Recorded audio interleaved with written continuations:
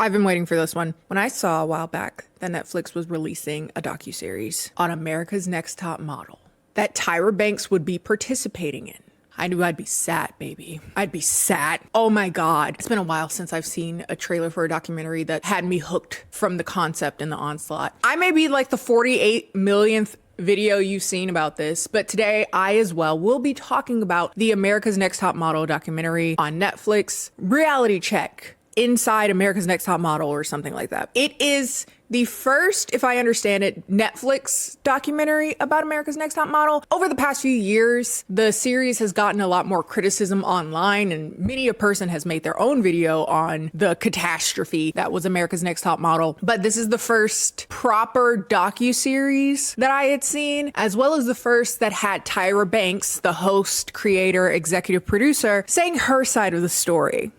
And I knew that was gonna be some bullshit. And it was! I have so much to say as a person who grew up watching America's Next Top Model, especially those first few seasons. A child of the early 2000s. I was born in the mid-90s, and most of my coming of age time was the early 2000s. Rough time to grow up, gotta say. A lot of those episodes are part of the watershed moments that really fucked me up as a child. And so this feels like quite the reckoning and the retrospective looking back on how that show was an absolute fucking mess. And I, at 8 years old, should not have been watching it, but alas. Now I get to look at it as a grown woman and say, wow, that was really fucked up. They really should have done that. That was really bad. And it's not all funny. Some of it is like ludicrous in such a way and so offensive to the degree that it's like almost funny. It's really not, but it was like, what the fuck? Whose many people's idea was it to do this? And they did it every fucking week. And now I watch this documentary where everybody's talking about the mistakes, the decisions that were made, and they sit down for 3 episodes trying to gaslight the audience of the documentary who may or may not have been the audience of the show, as well as participants. And it was a frustrating watch.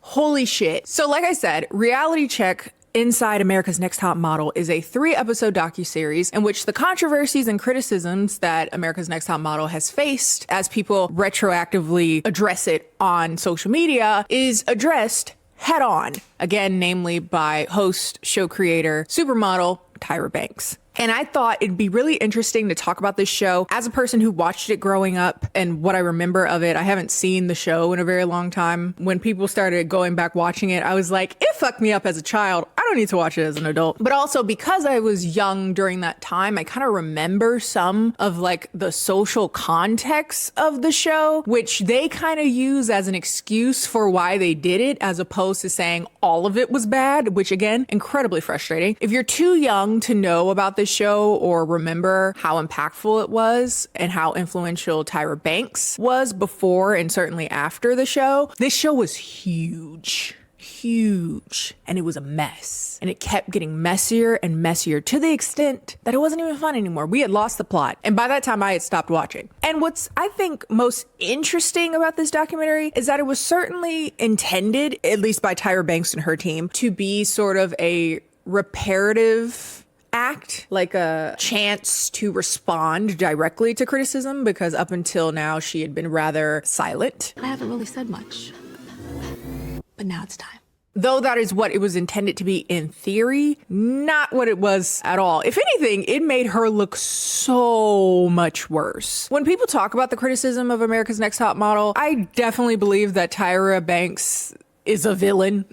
There's something about her being addressed directly and saying the non-answers that she says the entire documentary that is truly so unlikable. That bitch is awful. As well as most of the people, if not all the people that are around her as well. So we're going to be talking about that today. Spoiler, nobody takes responsibility for anything, not just Tyra. Nobody takes responsibility for anything. Just passing the blame along to this person or that person, or to the cultural context, or to the lens, or the truth of the fashion industry, yada, yada, yada. But no one really says anything sincere about, damn, we caused a lot of damage, and that's really fucked up. Though we cannot change the past, I want to do something different. I'm going about life differently only because I actually respect the things that people are saying in regards to how we handle things. No, it's none of that. It's, well, you need to understand this, that, and because of that, you can't be mad at me. And honestly, it was just exhausting to watch at times. Again, especially with Tyra. Tyra's so full of shit, dog. I can feel and taste what people want.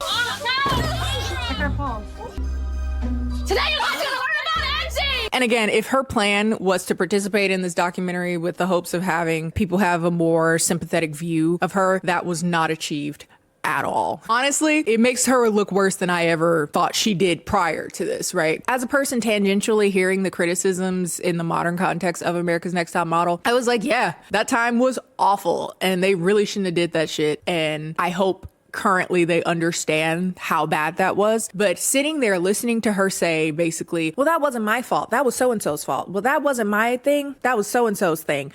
Girl, we're 25 years since that show came out and you still, today, you're still saying, well, it wasn't my fault. Hey, I'm just the creator of the fucking show. It's like, bitch, come on. It is an attempt, I think, of endless apologia for her because I think what is alluded to, spoiler at the end, is that they're going to try to do another season of America's Next Top Model. I think they're going to try to bring it back. You have no idea what we have planned for cycle 25.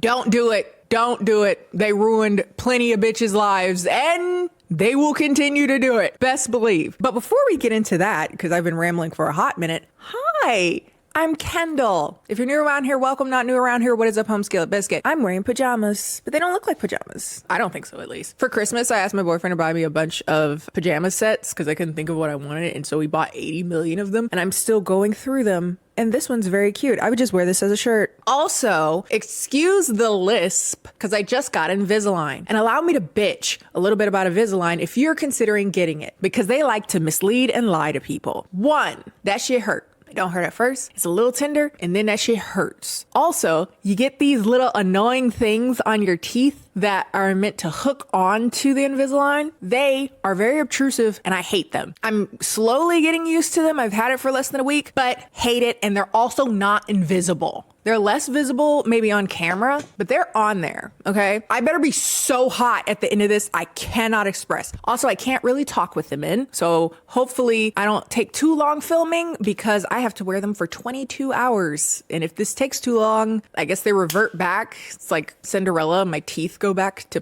pumpkins. Also, pro and con, food gets stuck in it. And so because of that, I have to brush my teeth like 4 times a day, which is kind of nice. Considering, everything's all fresh and clean, and I feel like my teeth are even whiter now because I'm hyper aware of like things stuck in my teeth. But it's also very annoying to be in the middle of the day having to clean the retainers and clean everything. And also it gives me a lisp, and it was very expensive. That's another thing. Very, very expensive. Okay, I think that's everything. So speaking of expensive, let's send it over to Admiral Kenny. Thank you for paying some bills. Yes. Hello, everyone. This is Admiral Kenny, and today's video is... Hello. Hello, everyone. Girl, shut up. Hello, everyone. This is Admiral Kenny, and today's video is sponsored by Groons. Within this snack pack of gummy bears is a comprehensive and convenient formula that replaces your multivitamin, your prebiotic, as well as your greens powder. It has over 20 vitamins and minerals, all within like 8 pieces of cute little gummy bears. They're nut-free, gluten-free, dairy-free, free of synthetic dyes or sweeteners, and they have a low sugar and a sugar-free option. I personally go with the low sugar, and it tastes kind of like matcha if they had a berry close by.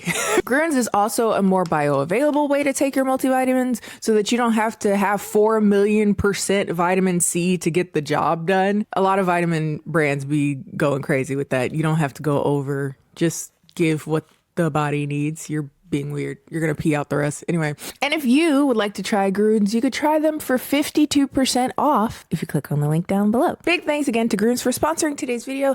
Let's get on to the debauchery. Let's start off discussing the backlash. So the documentary starts off with the framing of 2020, where everyone's stuck at home for quarantine. You know the drill. You were probably there. If you're 6 years old, I don't know how you got on my channel. During quarantine, people had nothing else to do, so they were revisiting shows. And one of the things that they revisited was America's Next Top Model, a show that was incredibly popular, especially in the early 2000s. But now that we are watching it in a 2020 to present lens, they did a lot of fucked up shit. Should we write our name in there? A lot of fucked up shit. We are actually going to switch your ethnicities. And warning, they don't cover most of it in the documentary. Some of them I just remember off the top of my head, and they didn't show half of it. But one of the things that I think is important, and they do touch on a bit in the documentary, is to talk about the broader context of pre-America's Next Top Model, particularly the modeling industry of the 90s, particularly the early 90s. Tyra Banks was a young model who had been denied from company after company after company, largely because she was black, her lips are too big, her nose is too big, this is too much, we're not doing black models, we only want white models. But eventually she would break into the industry. And at the time, most agencies or most shows wouldn't have more than one non-white model. Full stop. There were not a whole lot of non-white models. Maybe they'd have one Asian girl, one black girl, and everybody else was skinny and white. Well, everybody was skinny. Everybody was skinny. There is no such thing as over a size 2 in the modeling agency, especially during this time. Content warning. I realize I have forgotten to do content warnings quite a lot recently, but this one in particular, we're talking about EDs. We're talking about assault of varying kinds, particularly SA, DV. We're talking about triggering shit. Discretion is advised, okay? Drugs, because now we're going to talk about heroin chic. Heroin chic was a mainstream term for the style of the 90s leading into the 2000s. And I think it's important to note or to remember that at the time, a trend was not simply something that happened organically the way it may happen now. Like someone does a thing and other people see it on social media and they're like, oh, that becomes a thing and now people like it, right? Trends were orchestrated and gate kept. So the only people that were allowed to be shown, particularly women, were the trend of a woman at that time. And that trend was white, white, white, skinny, skinny, skinny, not thin, bitch, on the brink of death. Right? No ass, eating nothing, and smoking cigarettes. That was the style. And the skinnier you were, the better. The more high fashion, the more likely you would get bookings. And if you're a non-white woman, then you have like 2 spots maybe that they'll be willing to be diverse with. But you would also have to be rail thin, appeal to something that would make you at least marketable in some way. Speaking of very few black models, this would also be when another supermodel and Tyra Banks would be pitted against each other in tabloids. That was Naomi Campbell. Naomi Campbell is dark skinned, and you know that also presents a particular dynamic between the lighter model and the darker model. Naomi Campbell was in the industry prior to Tyra Banks, so it was like the old guard versus the new guard, and there was a lot of putting them against each other because there were only 2 black models working at a time, basically. Though this rivalry isn't really brought up in the documentary very explicitly, I think it's important to contextualize Tyra Banks in relation to the industry as well as other black models. I remember growing up, Tyra Banks was viewed as the nice model. She was lighter skinned. She wasn't the diva that Naomi Campbell was supposedly. She did kids movies. She was an actress. She was in Life Size. She was in Love and Basketball. She was in some episodes of Fresh Prince. She was very Girls Next Door-y in that way. And I think that created an air of personability and niceness that, looking back, obscured a lot of the bullshit that Tyra did throughout the show. And now that there is quite a bit of distance from the show and that context, we can all see how much bullshit the show actually was. She also had a talk show at some point where she like continued a lot of that kind of like, oh, I'm just here to help type narrative that was around her. She had an approachability that's relative to blackness, if that makes sense. Like, she's a lighter blackness, so she's more approachable than the dark-skinned Naomi Campbell, but she's still black. And that's not good. So despite there being a lot of hindrances to her career, Tyra Banks, she was still able to become a supermodel. She was, I believe, the first black woman on Sports Illustrated. She did a lot of modeling that was just not available to black models at the time. And by the time she decides to make the show, she is very much so an icon to a lot of young girls, especially black young girls. So being that she was a model in the peak of heroin chic, she says she wanted to do something that rallied against the archaic, exclusionary fashion industry. She said she got an idea to make a show that would allow people to see that beauty isn't just really, really skinny and it's not just white. This beauty could be more diverse. Not all white, not all skinny, but just showing all the differences and all the different types of beauties. And I don't think that it's not a part of why she created the show. I genuinely don't. Again, very, very gate-kept industry. Every industry was very gate-kept, and every industry had a repulsion and hatred towards fatness and darker skin, blackness. But if you are black, you have to be a particular light skin. This is when they were calling Beyonce fat. Christina Aguilera was wearing skirts that were belts, and somehow no ass came out because ass didn't exist then. It was crazy. Low-rise jeans. I still don't like low-rise jeans. Those are ugly. I don't care how flat your stomach are. They're not cute. To me. You can have your opinion on low-rise jeans. And so I do think that Tyra wanted diversity in the industry. Perhaps she wanted the industry to be better for new girls coming in. But cynically, there was something very advantageous for Tyra in diversifying the industry because she knew that diversity sells. In her experience, black women, even if they sold more copies of magazines or clothes, for example, were still pushed to the wayside because racism. Literally everything in this country is racism. Like, it's really easy. Like, if you're ever like, why is that? Probably racism. So theoretically, this goal was also advantageous for her, beneficial for her, which isn't to demonize wanting to diversify beauty at all, of course. But it does make you wonder, especially with how she ends up behaving later, if her goals were entirely altruistic.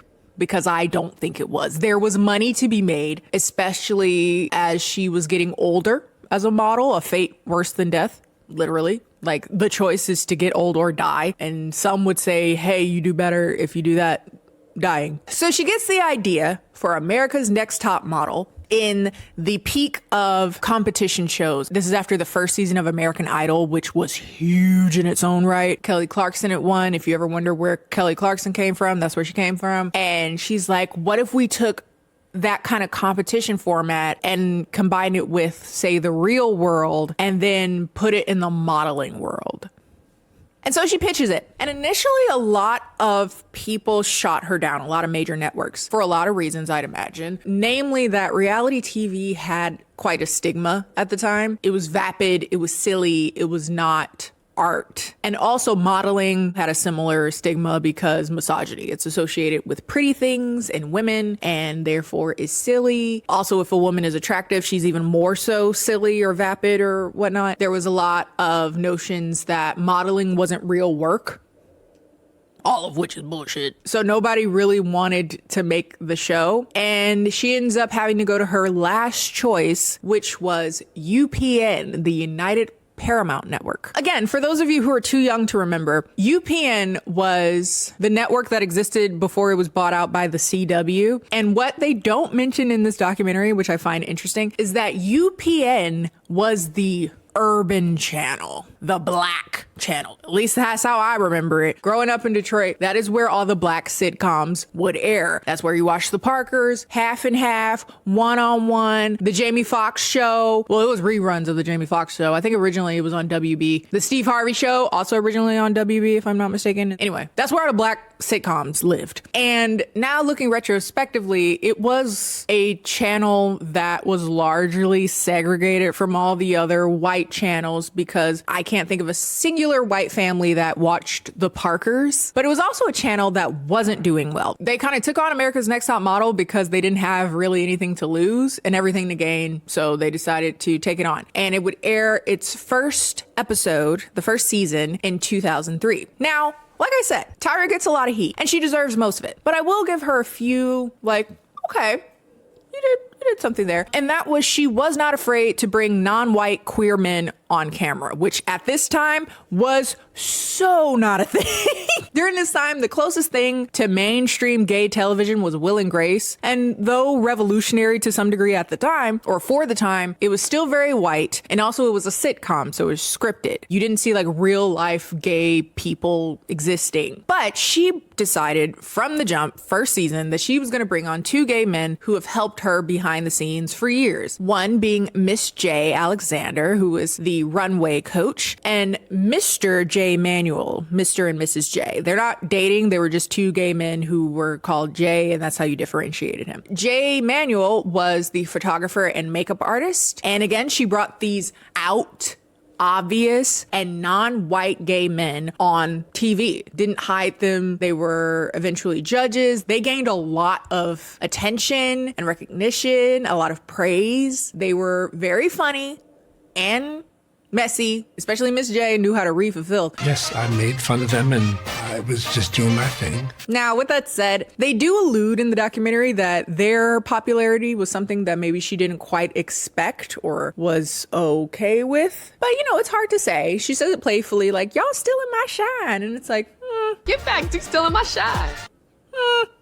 Whether or not, it was still revolutionary for the time nonetheless. And it was also part of, for better or worse, making a lot of gay colloquialisms mainstream, fierce, work, you know, stuff like that. They would also bring on as a judge, oh God, the world's first supermodel, quote unquote, Janice Dickinson. Absolute bitch. She was a terrible person. Ooh, she was a judge. She wasn't through the entire show because I think she just made too many enemies on set because she was a horrible person. But she was the show's answer to a Simon Cowell. If you guys recall, Simon Cowell on American Idol was the mean one, brutally mean. But it was also shown that they were beloved because they were honest and they were ruthless and downright awful, but they would tell you how it is. And Janice, though all of them did this, by the way, Janice was the most overtly fat shaming, calling people out of their names and really being an antagonist. And fat. Model. She's huge. She's not going to be a top model. She was fat shaming girls who were skinny, aggressively fat shaming these already very, very, very thin women. She also had a very rigid and overall quite traditionalist view of the industry and what that represented. And I think she also was able to, and perhaps this was part of her purpose of being on the show, she was also there to contrast Tyra, who again could be seen as nice and progressive in comparison to Janice. Was she nice and progressive? Arguable. Me personally, she comes off as very passive aggressive in a very frustrating way. I found out she's a Sagittarius. There's nothing wrong with Sagittariuses, I guess, but I tend to have bad experiences. It tends to go really well for a very long time, and then just one day, don't work. And you can never really understand why, because I don't think they know why it don't work. Like, she was supposed to be progressive, right? But she was also calling girls asses too wide. But I think she needs to tighten up. She's got a wide ass. It's kind of wide. She was also very contradictory. Like, one side of her mouth, she's like, oh, models don't have to be stick thin. And then on the other side of her mouth, she's like, okay, I know I say that they shouldn't be stick thin, but you got to remember, this is the fashion industry. And if you can't fit the clothes, you don't work. Face it that we are in the fashion industry. If you don't fit the clothes, you don't work. So you're telling the model to lose weight as opposed to, hey, let's make clothes that fit more people? Okay. This was a very novel thing, a very novel concept, and Janice was there to be the traditional voice of reason and to tell it like it is, while Tyra was there to tell you what it can be. But again, the show was very inconsistent with that. They would also bring on former male model Nigel Barker as the photographer starting season 2. He was brought in specifically for being white, attractive, and straight. I guess with the gay Jays, they thought it's too non-white, it's too gay. Let's bring in more ways than one, a straight man to fix that. Fix what? They already found that the first season was an astronomical success, but I guess they said, well, still too black, too gay. So won't work, even though it has. Fucking stupid. Even with that said, Nigel isn't even fully white. He's like half Sri Lankan, but whatever. He was white passing enough to do the job. Plus he's attractive, and that made a lot of people watch. Now, the documentary is very sneaky in this because if I didn't recall that Nigel was flirting with every fucking model, not every model, any model that he thought he had a chance with, and honestly kind of creepy with his advances towards these models. Like, I guess comparatively, he was less outrageous or salacious. He was just flirtatious. But honestly, he was gross. Again, in comparison to everybody else, not as much, I guess, especially next to Janice, who was being a viper, and the Jays, who were being fierce. But no, rest assured, he sucked as well. Conveniently ignored that. So now we have the judges, now we have Tyra, now we have a network, now we need format. If you are unfamiliar with the format of the show, again, it is a competition elimination show. So each week, young girls, usually between 18 to 25, are put through a series of challenges that result in a photo at the end of a photo shoot that will be judged by our panel of judges. Sometimes they would have guest judges on. They also cycled through judges as it got in its later years. I didn't watch those and I don't care. And then someone gets kicked off and goes home. Supposedly, even though we find out later, they don't go home. It's a thing. We'll get to that. This happens every week until one girl is remaining and is crowned America's Next Top Model. She would get a modeling contract, I believe a Revlon deal, be signed to Wilhelmina. This is a side story. Years ago, I did a shoot with a Wilhelmina model, and she was saying, like, you should try to get on Wilhelmina. And I was like, why the fuck would I want to be a model? Why the fuck would I want to do that? Someone up my ass about how I look every goddamn day? I don't know. And I don't like being dressed either. It causes immense anxiety. I don't want to do that shit. But then part of me is like, oh, maybe I should have done it. You know, just to say I did it, you know, as a side quest. Anyway, contract with Wilhelmina. And theoretically, the support of the entire show, the team that put it together, to boost them into a star-studded career. Now, if you're unfamiliar, you may say like, wow, this must have helped a lot of girls break into the industry. And the answer to that is no. Many of them, most of them arguably, had no career afterwards. If they did, most likely it was in spite of the show. It was despite them trying, despite the stigma that eventually would be attached onto a model that started off on America's Next Top Model. Because there's a stigma around reality TV, and also there's this idea that if you did reality TV, you're not a real model. You didn't do the things that real models do. It ended up putting a stigma on a lot of them that they could not shake off. Even if they were signed to an agency, they weren't getting any work. But we'll talk more about that later. Bringing the show together wasn't, of course, just Tyra. She also had the help of one Ken Mock. I hate Ken Mock. Ken Mock is the devil. And he don't get nearly enough smoke for me. Like Tyra did her shit. Ken Mock is the devil. I did a video several months ago, maybe, on a reality show that was supposed to make a new girl band that would be a sister band to the Pussycat Dolls. And that band was called Girlicious, and they were formed via a similar elimination reality show type thing that was also produced by Ken Mock. And I don't recall whether or not in that video I really went into Ken Mock. I don't think I had time, and I was talking a lot about Robin Anton, who's also the devil. He produced that show as well, and he's kind of a godfather of competition reality TV shows of this period. He did Making the Band, he did PCD Presents, both seasons of that. He did a show called Ego Trips, the white rapper show where they looked for the best white rapper.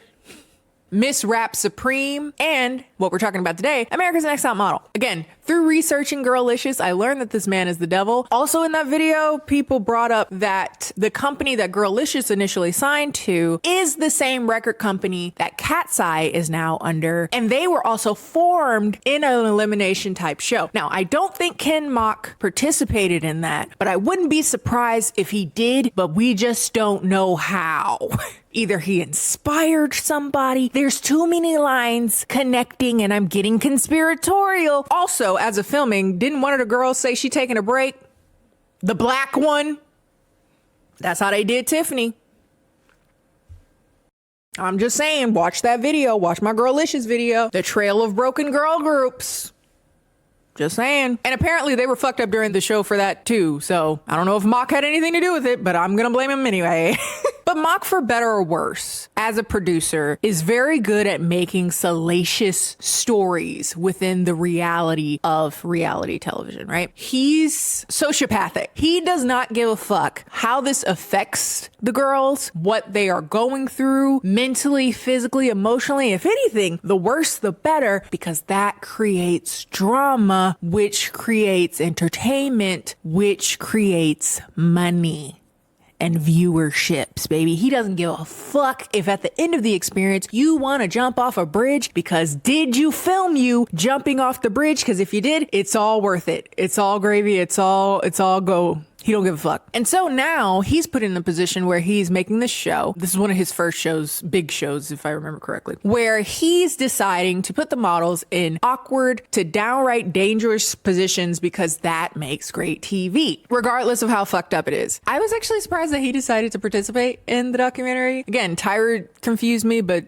so did he. And he also says as much through the current documentary, as well as like they put a clip of this Arirang interview that he did, which is where he's saying like, oh, if people are passing out and people are like dying and shit, that's great. I love that. People are crying, having mental breakdowns. I love that. Bring the camera out. That's my shit. The biggest disaster ever is always the best thing. People have 104-degree temperature.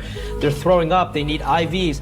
That's the best news I could ever have. But Tyra Banks reached out to this monster, two monsters coming together, and they make this admittedly gargantuan work that entertained the masses for a very long time. Season 1 comes along and it's time to cast, and it was made a point to cast girls that were conventionally pretty, aka white, but it was also a point to have diversity, meaning actually more so than the average high fashion lineup, there would be Black, brown, Asian people. They definitely diversified in that way. It was definitely way more diverse than the traditional beauty world. So they do interview former contestants during this documentary, one of which was from season 1, Ebony. Ebony, such an icon. Then, now, wonderful. I'd love to talk to her. She seems very, very cool. If you've ever seen the meme where it's like the girl crying and then she's like, I'm okay, and then just walks forward. That's her. That's Ebony. She was such a frustrating part of the viewing experience of this documentary, not because of her, but because she was used as part of a general tokenism for diversity, but with the understanding that she would be a lightning rod for a lot of scrutiny because of her unabashed blackness. She was also openly gay, and the show definitely used that as controversy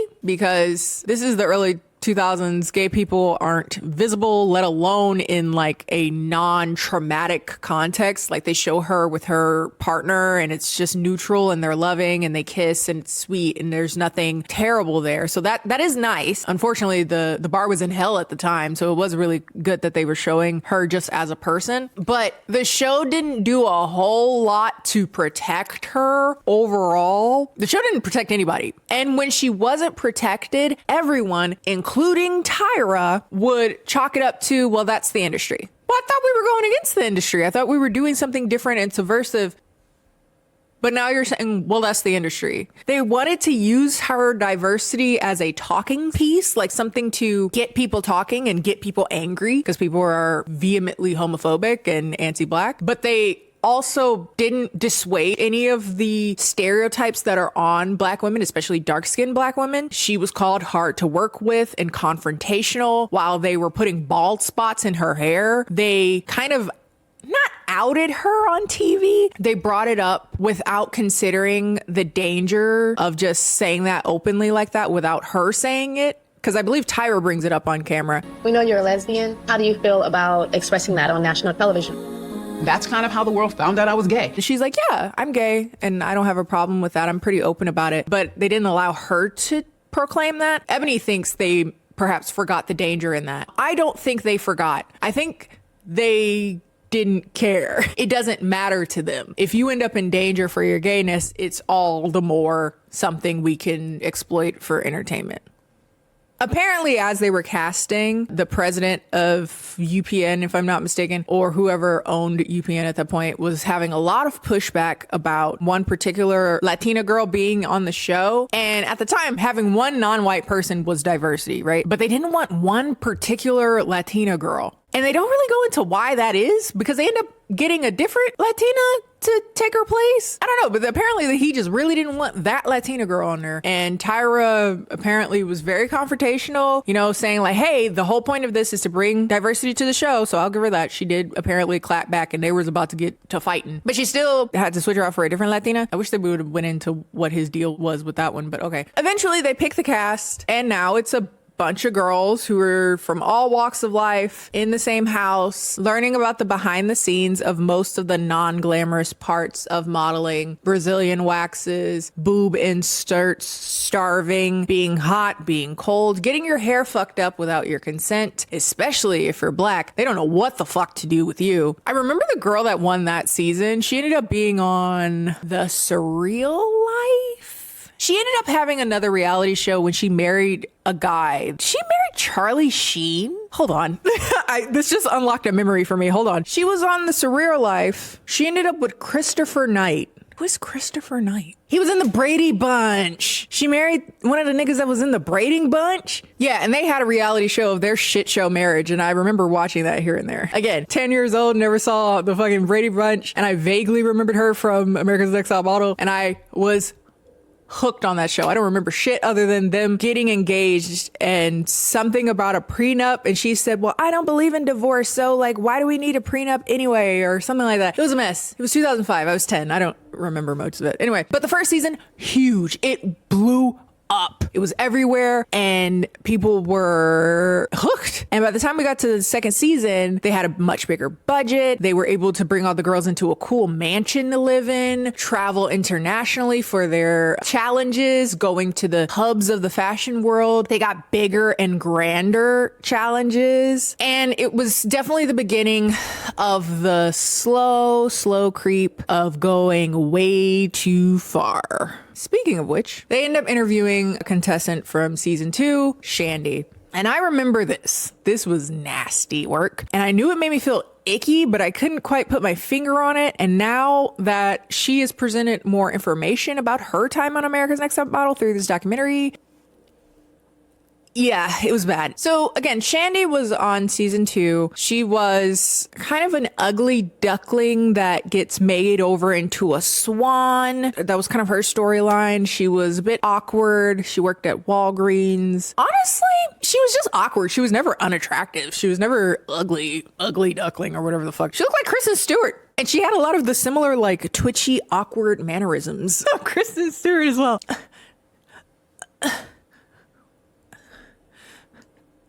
Vampire. But Shandi was one of the particular instances that really stands out in America's Next Top Model history and is often regarded as one of the peak drama moments. And again, now that we have the hindsight of the last 22 years and we also have Shandi talking about it, it definitely paints it in a much, much darker light than just like, ooh, scandal. It's really fucked up. Content warning, again, essay, So Shandi went on the show while she was still dating a boy.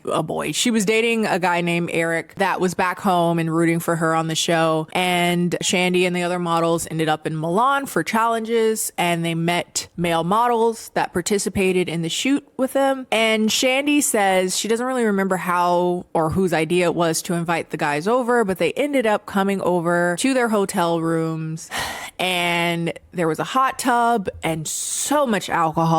Shandi would start making out with one of the models in the hot tub. They would leave off and have sex. Cameras catching all of it. All of it. And then the next morning, cameras are in her face again as she realizes that she had sex with someone. And now the cameras are in her face saying that she's allowed to call her boyfriend. Prior to this, she was not allowed to contact anybody outside of the show for confidentiality reasons. But now that it is something that could be milked for entertainment, they're like, yeah, we'll give you the phone to call your boyfriend that you just cheated on. And it was a hard watch. He was so hurt. He was cursing her out, calling her a stupid bitch and like, how could you do this to me? And yada, yada, yada, which would have been a hard enough moment on its own, but now it's drama for TV. And the thing that Shandi kind of brings into the equation and something that was never considered when the scene was shown was, again, Shandi had been drinking. And she says she was so drunk that she was blackout and that she could vaguely tell that sex was happening, but everything went black and she woke up. So if you're confused at home, if you're blackout drunk, you cannot consent to sex. She was assaulted. That is assault. So now her being assaulted is being contextualized of her just being loose and a cheater and a Jezebel and a dumb whore to cheat on her boyfriend on camera. And not only was it fodder for this one scene, it would follow her, Shandi, for a very long time. She stayed with her boyfriend for a little longer, but he just couldn't get past everything. People, fans of the show, would come up to them and call her a dumb bitch and a stupid whore and a cheating slut and a blah, blah, blah. Again, it was all recorded. Tyra would bring it up. Again, she had a talk show and she would bring former models from the show on to react to things that had happened during their time on the show. And Shandi had told her, I have not seen it. I don't want to see it. She was clear and adamant that she didn't want to see it, but on stage in front of a studio audience, she played it for her. And then, you know, pat her arm like, hi, this is the first time you've ever seen it. How do you feel? Are you guys still together? I'm so sorry that everything that's happened. That's some perverse shit.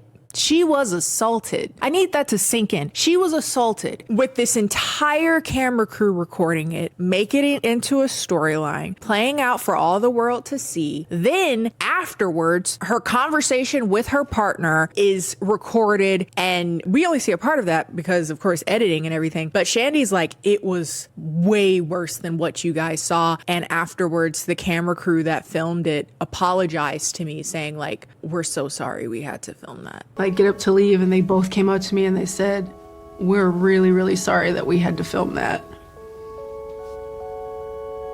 That's some dystopian shit. That's harrowing shit. Absolutely horrible. And then after it happened on the show, Tyra, again, in her big sister role or whatever, she talks to the girls about cheating. You know, it's like, I'm not judging you, but we have to consider our carnal desires and whatnot. And then during the documentary, when the conversation comes up of who is responsible for this, it's the beginning of the consistent pattern of everyone going, well, that's not my department, or that's not my responsibility. I don't control storyline. That is so-and-so's thing. And oh, that's not my job. That's production's thing, blah, blah, blah. I mean, production was responsible for her. Maddening shit. When they asked Tyra, like, hey, what do you think about that? She's like, well, storyline is my department. That's production, even though she's executive producer. I'm not head of story. That's Ken Mock.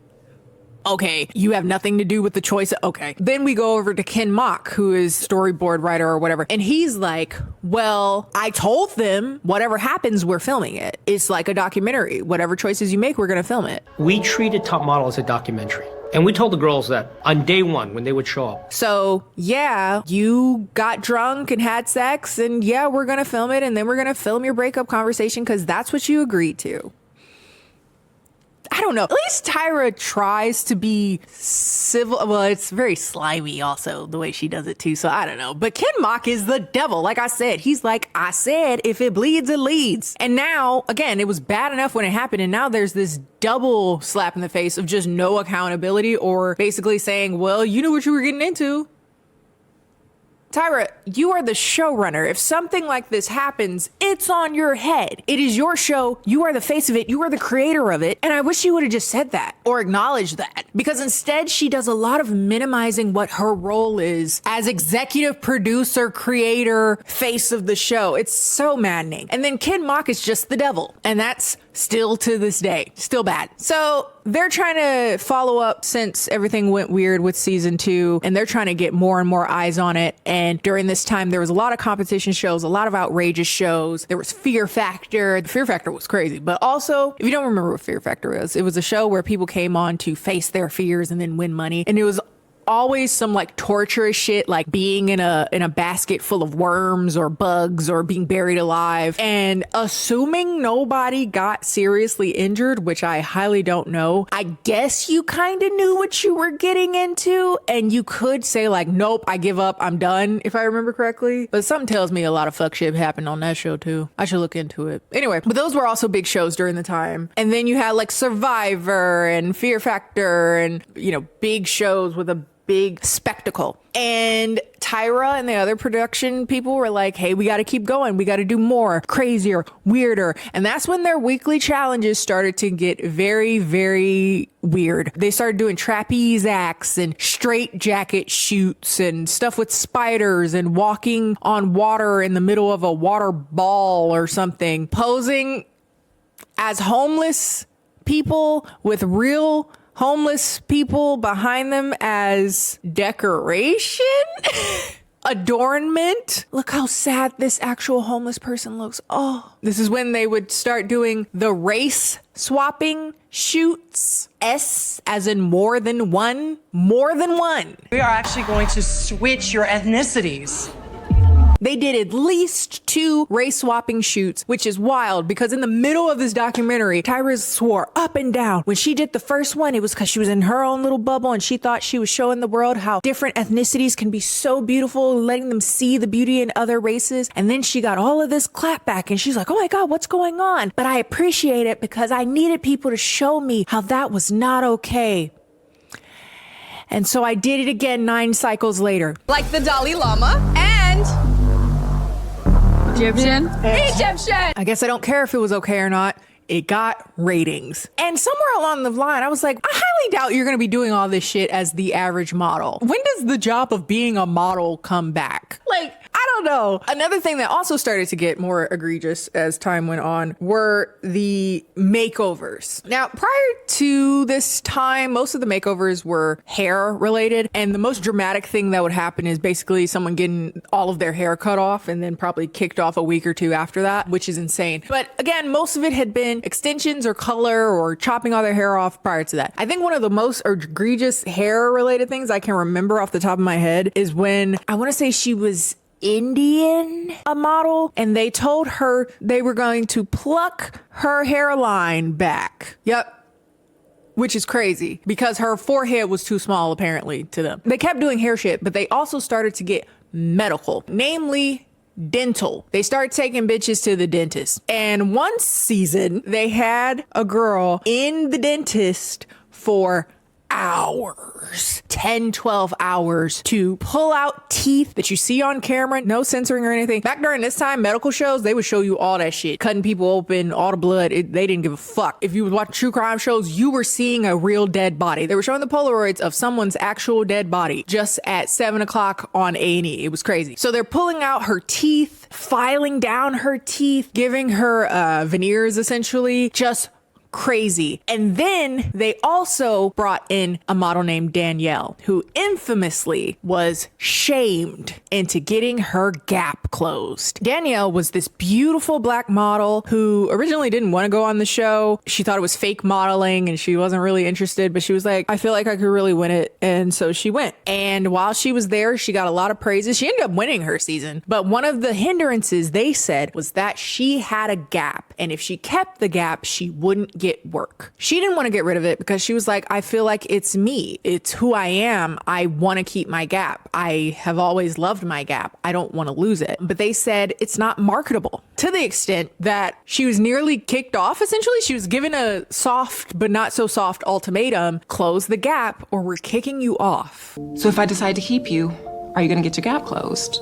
And then that's when I was like, so what you're saying to me is, if I don't get my gap closed, you're going to send me home. I do remember Tyra going like, do you really think that they're going to give you a easy breezy beautiful cover girl with a gap in your mouth? It's not marketable. All they see is the gap in your mouth. All people see is easy, beautiful cover girl. It's not marketable. And so she acquiesces and gets it closed, if not entirely, definitely smaller. And she ends up winning that season, though fucked up her career a lot. And we'll talk about that later, but only for them a few seasons later to tell a white model that we're going to widen your gap. We'd love to exaggerate that and take you a little bit more to Lauren Hutton. Absolute bullshit. This is also during the time of like extreme makeover, the body, not the house, home addiction. No, I'm talking about when people were getting plastic surgery for an extreme makeover. All you have to do is sit there, fatty, and let us suck the fat out of you and you can be a worthy human being. In 2002. God, early 2000s was a fucking mess, Jesus. In regards to Danielle, Tyra is quite resigned to the notion, like regrettably, I was between a rock and a hard place with Danielle because, you know, I thought I was helping her career. I knew she wouldn't get work with a gap. I knew this was to make her more marketable. And hindsight is 2020, and I don't have the luxury of that being a private thing because I'm a public figure. You know, I learned and whatever. I guess what Tyra doesn't or didn't seem to realize is A, that's bullshit. And B, what happened to the going with unconventional beauty thing? I really wish we were more consistent with that, because the finding other types of beautiful thing that Tyra said was always so inconsistent. It was always, we can do black, but not black with a gap. And later we can do plus size, but she still has to have a very flat stomach and hopefully be white and blonde. It was very much so progressing, but only as much as the industry would allow. And that wasn't very much. What progress are we making at that point? Because at the end of the day, Tyra, though subversive in the sense that she was a black woman, was still very much so the industry, especially in this context, as the mentor, creator, executive producer of this show. At the end of the day, whether she admits it or not, she does have a big say, if not the entire say, in what is and isn't acceptable in the show, especially as it started to get more and more popular. And again, Tyra would say often, and I do believe her, I do think this was the case, that there was always a push and pull with the network in regards to diversity, what that means, what is acceptable. Again, I do understand and I do believe that. I just wish Tyra acknowledged she was also very powerful as well. And now, speaking in hindsight, again, in this very edited documentary, so who's to know what she said that got edited out, but what we see in this documentary is she just talks about it as if she was also just one of the girls who also had a wistful little dream. All she wanted was to, you know, make this show and to empower women, and it just got off the rails. And if it was off the rails, it's everyone else's fault but me. It's the network. It's only Ken Mock. It's the audience's appetite. You guys were demanding it. It was the fashion industry, but it was never Tyra. And that is fucking maddening watching this fucking documentary, dude. But she says about Danielle, like, I thought I was helping her, telling her to close her gap. I was doing it for her career. And bitch, no, you weren't. You were doing it for TV. I wish you would just say that. And there was a bunch of shit that was good for TV, good for drama, but was ultimately really bad for all of the like human bodies that were involved. Things were getting progressively more outrageous and more dangerous for the drama of it all. The fashion industry is notoriously narrow in its understanding of beauty, especially at this time, which was very skinny, not thin. We're talking emaciated, living off of cigarettes, Diet Coke, and a pickle. Not exaggerating. That is what bitches were eating. Is that all your lunch? That's all you're eating? I'm like stardust. Girls were passing out from heat exhaustion, dehydration, getting hypothermia, throwing up. Again, Ken Mock, the fucking devil, loved it. If anything, if we could take that pain and mold it to trigger some incredibly crazy response, that's all the fucking better. Which brings us to another one of their ill-advised photo shoots. One season, there was a contestant whose mother was shot when she was a child and was paralyzed from the waist down. She was shot by a man she was trying to help get off of drugs, and he found out she was getting married, got jealous, and shot her. It was awful. And incidentally, they would have the models participate in a photo shoot being victims of domestic violence, particularly getting shot.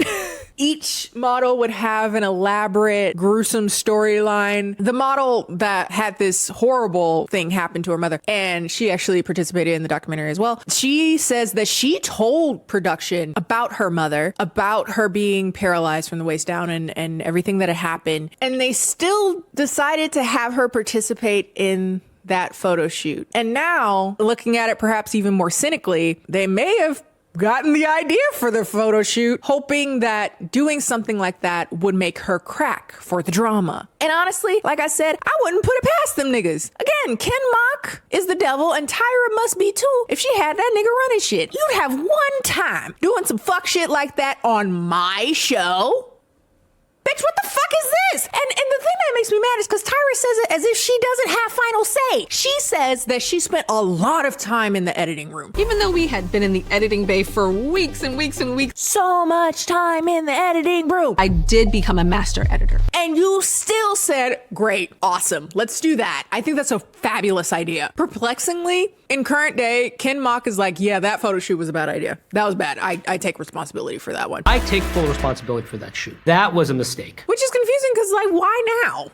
Why this one? This is the one that we went too far? Not bitches almost dying from hypothermia in the pool in real life? Don't piss me off. Oh my God. But for some reason, that one, he's like, yeah, we were glamorizing domestic violence. That's fucked up. But you also did photo shoots with bulimic model with vomit on her fingers and she had to model. Or again, the homeless photo shoot. But this is the one is like, yeah, we were doing too much with that one. Girl, you were doing too much the whole fucking time. Which I guess brings us to how so much of the show was story making, regardless of how gaslighting and demanding and damaging that was for the audience as well as the models participating. So much of the show was story making, regardless if the events were based in reality. And I think that was the part that I remember most in regards to a few things. I remember feeling like the show made it so that I couldn't comprehend or understand bodies and what was fat.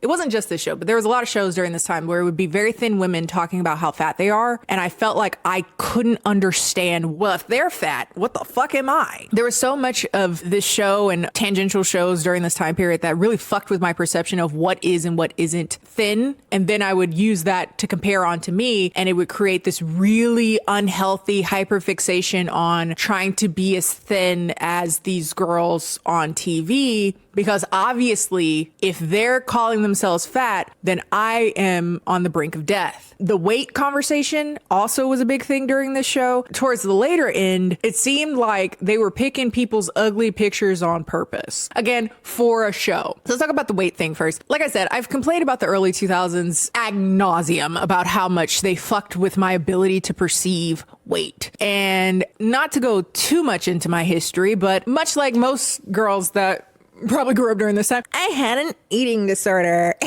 I had an obsessive rumination over weight. It was a constant thought, which is interesting as an adult. I am so not that anymore. I have such a neutrality about my body that I would have never thought possible. It might be partially because I'm medicated too.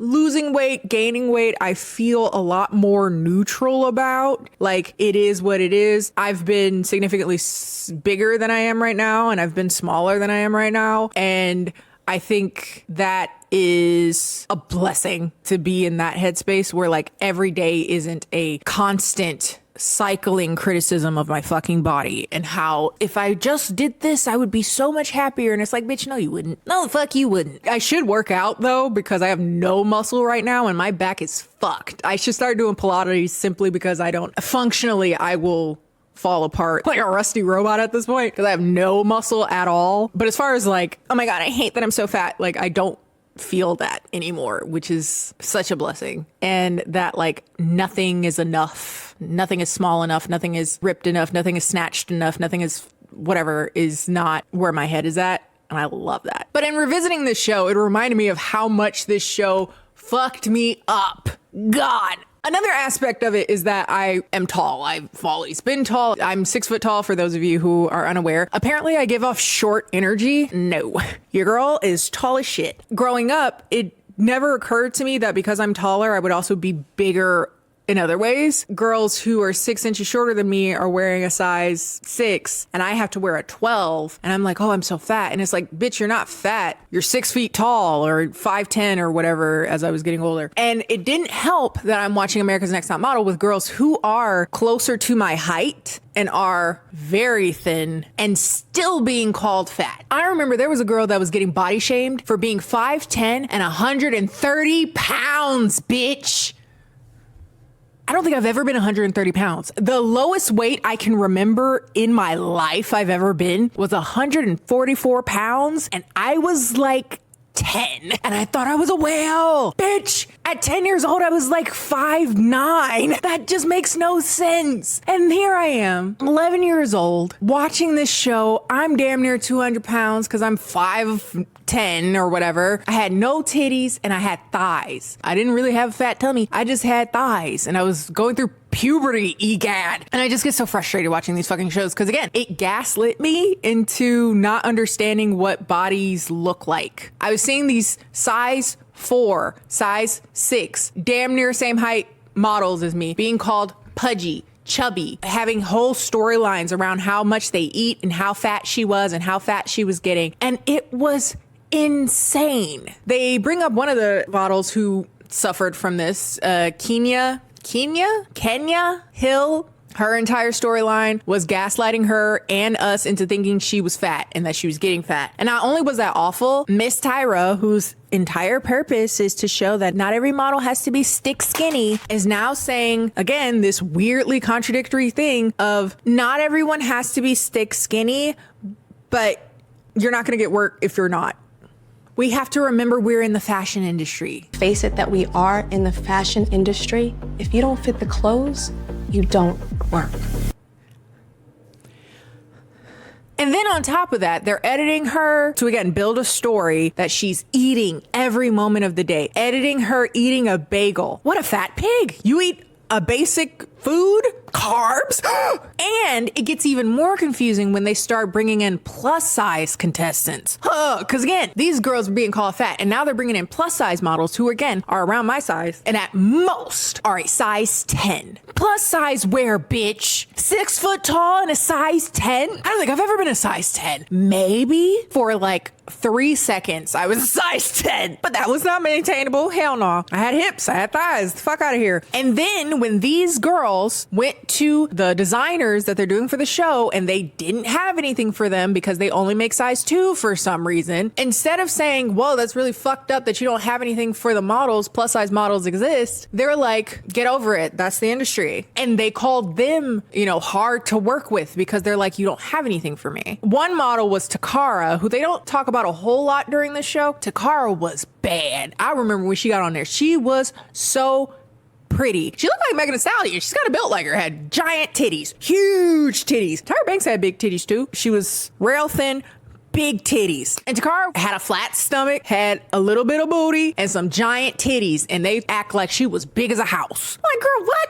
And then she got kicked off because she was like, why don't y'all have any clothes for me at the place? Like, what is this? I'm here to model and y'all don't have anything for me. And then she got kicked out and called hard to work with because they didn't have anything for her. And then the next cycle or a cycle or two after that, they brought in Whitney, who was their first winner that was plus size, who was a size 10. She was also white, blonde, very conventionally attractive. So she still achieved all the other things. And I guess she didn't complain as much as Takara, even though she had every right to complain. Like, what the fuck? But even when she got signed on, I think she was signed to 4 models. They didn't have a plus size division. Where the fuck was she gonna go? They didn't even have a plus division. So it's like, what kind of fucking joke is this? Which also brings up, there's so much to talk about. Also brings up issues that the show had with basically being annoyed or frustrated when models would vocalize being upset about something or uncomfortable, particularly. Back to Kenya. Again, this is in the midst of them calling her a fat whale, even though she's not at all fat at all. She would have a photo shoot with male models, and one was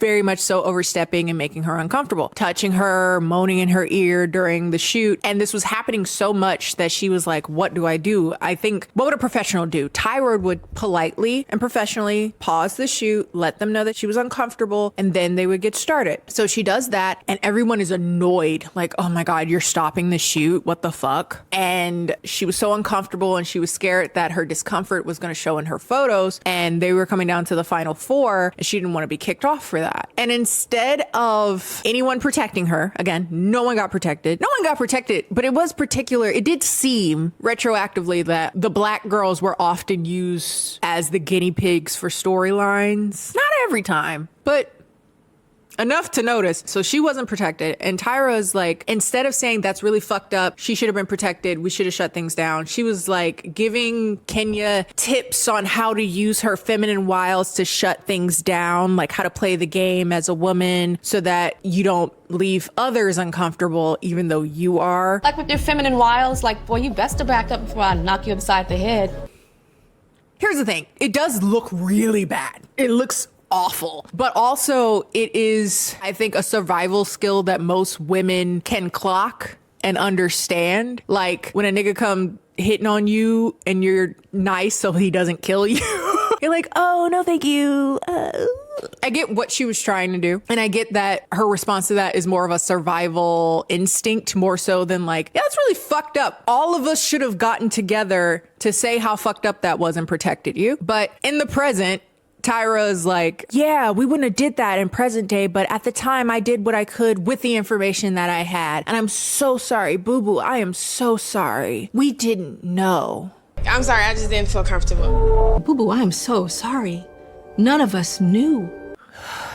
She's so fucking performative. It's so gross. It's like, even the fleeting and few moments where she does actually apologize for anything that happens, it always gives this like insincerity. It's like, oh, this is one that I have to apologize. I can't really get away with this one. So I'm so sorry, boo-boo. I don't know how she could have reacted. That didn't make me feel this way, but it just does. It feels like, oh, let me see which ones I could scoot out of my direction. I'm gonna pick a few that I have to admit I was wrong with. It's just gross. It's just gross. They then move on to the I was rooting for you, another famous moment of the show. You've probably seen it memed to hell and back. I was rooting for you. We were all rooting for you. And this was very frustrating as far as the documentary goes, because they go into some context around the moment. The model that was brought on, Tiffany, she had a rough upbringing, no money, had a violent streak. Apparently she got in an altercation at a bar, and that's why she got kicked off of one season, and she was brought back another season to give it a go. And Tyra believed that she could be a supermodel. She was like, this girl has it. I need her to believe in herself. And essentially she ends up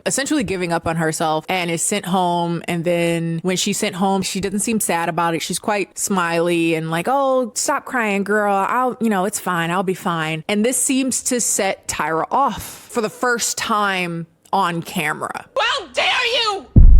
Tyra really scared all of us. Like, we literally jumped out of our seats. Now, according to those, even in present day, that are familiar with Tyra, that it was uncharacteristic behavior. And in this way, it was very weird how this was covered in the documentary. It was framed as if this was the moment that everyone participating was most regretful for. The most difficult moment on set I had ever experienced. It was ugly. And I want to know why. Again, the things that they seem to feel the most intense about, I'm so confused about. They say that they edited out a lot of that conversation, and they put a clip of Tiffany saying, like, for years, I understood it as like she did it because she cared about me, but no, it was to humiliate me. But with what was edited and left in the show, it just sounded like a very impassioned but frustrated person telling someone to stop giving up on themselves. But apparently there was a whole lot more during that I think it was Jay Manuel was saying there was stuff being said that was not well intended. Like, it was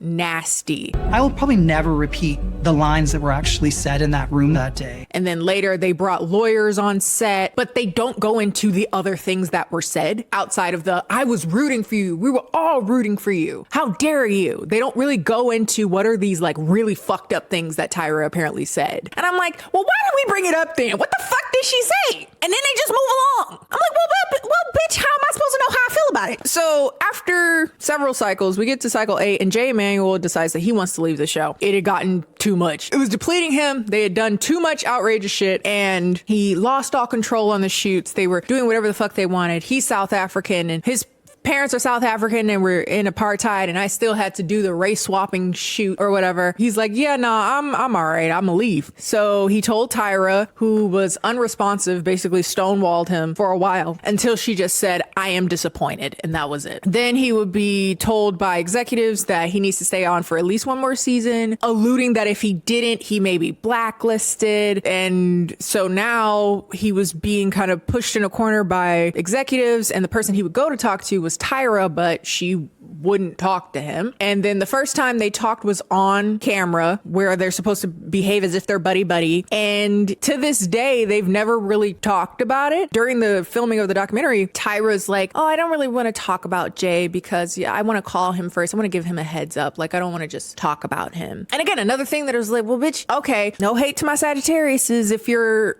working on yourself. But when a Sagittarius don't, that sound like some Sagittarius shit. I'm just saying, I've had some experiences. Just saying, they just wake up one day mad and you're like, what the fuck? What is going on? Well, I had this thought and you should have read it. You should have known why I'm upset. And it's like, grow the fuck up. Anyway, also during the later cycles is when they started picking people's bad photos if they wanted drama, to push someone else further, to get someone kicked off earlier, to create a storyline, to maintain said storyline. And at this point, they was just playing around with bitches' lives. It didn't matter how well they did. Whatever story they wanted to create was what they were going with. And these girls often were coming on not just to win a prize, they were doing it to get a career, to feed their families, to do something that would set them up for the rest of their lives. And then they get kicked off because they decided to use photos that weren't their best or a take of a commercial that wasn't their best or whatever for a storyline. Y'all playing with people. And then when you get kicked off, apparently you don't go home. Apparently you get put in a hotel with the other women that got kicked off and y'all just sit there until the show's done filming because they don't want you to break confidentiality. So you just in there tortured crying, because you can't talk to the outside world. You just lost. And you probably lost not because you did anything, but because they wanted to make a show. Oh, fucked up. And regardless if you did well on the show or not, girls were leaving the show and finding it virtually impossible to have a thriving modeling career because the title of being on top model was a mar on their otherwise capable futures. The few that did make it big often did so by explicitly detaching themselves from top model as much as possible. Some of the black models that got some traction during the show would be able to find a bit of a haven for themselves in the black entertainment industry. Takara, that I mentioned before, the thick girl that looked like Megan Thee Stallion, she had a little bit going on with BT something.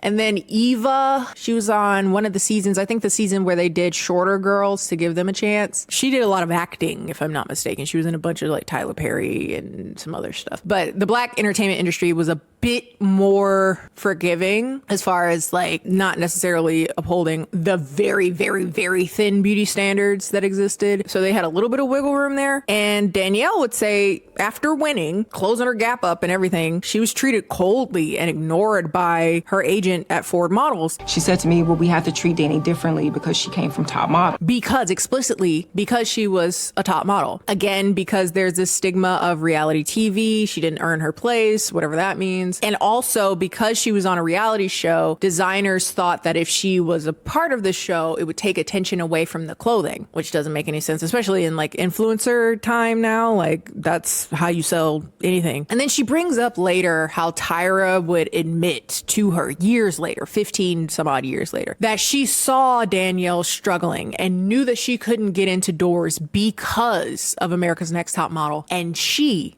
as a supermodel, as a black woman in the industry, did nothing. She's like, I knew that there were certain doors that you couldn't even get into because you did top model. And I did nothing about it. She saw it was a hindrance to her, a direct hindrance to her career, and Tyra said nothing. They don't show Tyra's response to that if they asked her at all. If her answers to other things are at all an indicator of how she probably answered this, she probably would have just said, oh, I had no say, I had no power, blah, blah, blah, blah. Which makes no sense, because if you had the power to get her signed to Ford Models, you didn't have the power to say, hey, put her in something. I don't know. It's fucking stupid. But yeah, and it's fucked up. So UPN gets bought and turned into CW, and the new president wanted to get rid of the Jays and Nigel for some reason.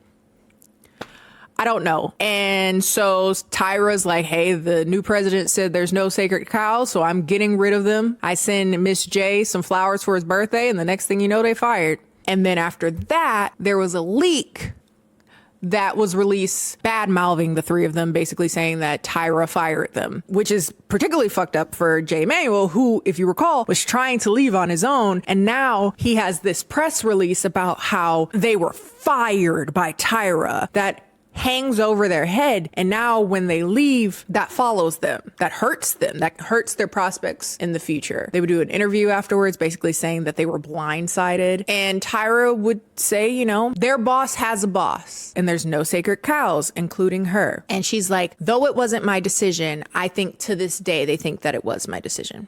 To this day, I think they think that it was me.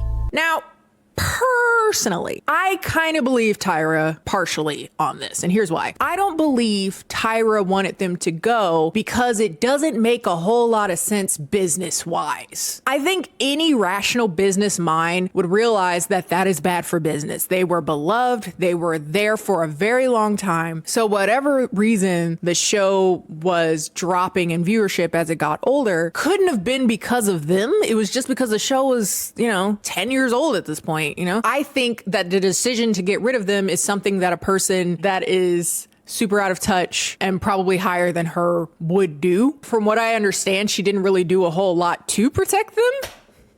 She said, okay, they said no sacred cow, so bye. I gotta, As Top Model got into its dying episodes, it got progressively weirder. If they thought that ratings were going down before the Jays left and Nigel, they were plummeting by the time they left. They were down. And again, I do believe it was because the Jays weren't there and because they were trying to keep up with trends on Instagram and social media. They were bringing the Kardashians on. It was Ashton Kutcher punk or something. It was getting weird. It was getting very weird. And eventually they ended up firing Tyra for Cycle 22. And the last season or two was hosted by Rita Ora.